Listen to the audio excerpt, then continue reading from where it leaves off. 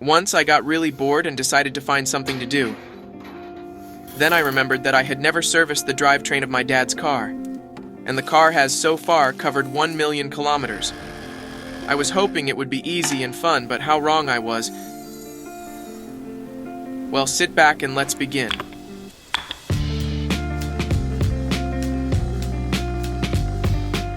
I decided to start with the diagnostics. Well, the clutch seems to be working. Oh look, it started. First gear. Ouch. I don't like it. I heard a click when I let go of the clutch, and now I can feel vibrations throughout the car body. Well, that's what I thought. The spider is broken, and there is play in the bush of the manual transmission extension housing. Let me check the condition of the oil. What?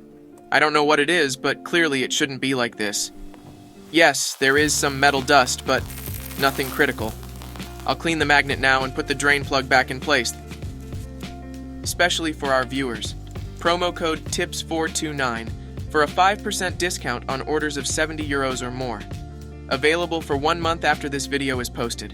That's it. Now we're getting somewhere. My next step will be to dismantle the propeller shaft and unscrew the fasteners on the differential. Disconnected here, disconnected there.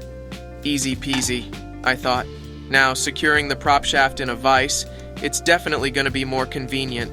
Knocking off the snap rings. These rusty little guys could have lasted well into the future. Of course, here we're going to need a brush and some WD-40. See how good it looks. Wow. And here's my favorite puller. I use it to press the bearing cup out of the slip yoke. Now it can be removed. Next, I'll repeat the same steps.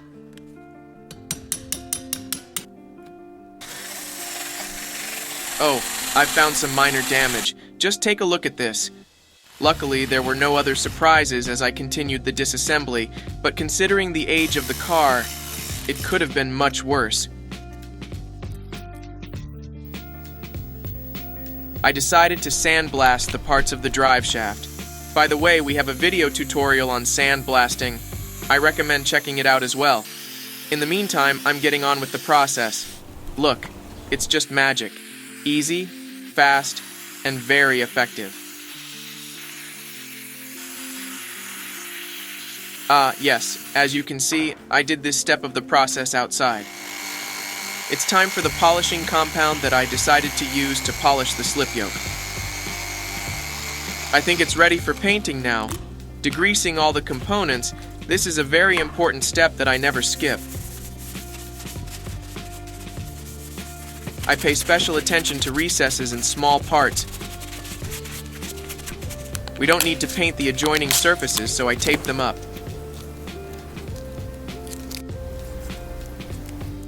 Look how neat it is. Priming the parts before painting them.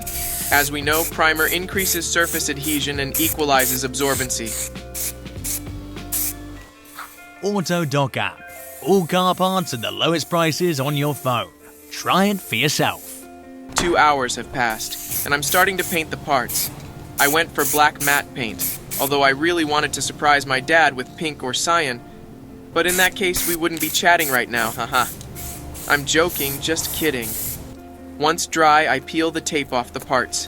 What a beauty.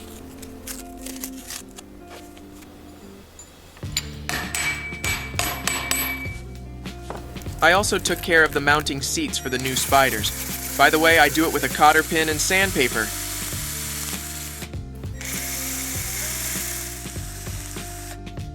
Listen. Oh, it's amazing, and the lube is spot on. I'm fitting the spider into the seats and carefully tapping in the snap rings.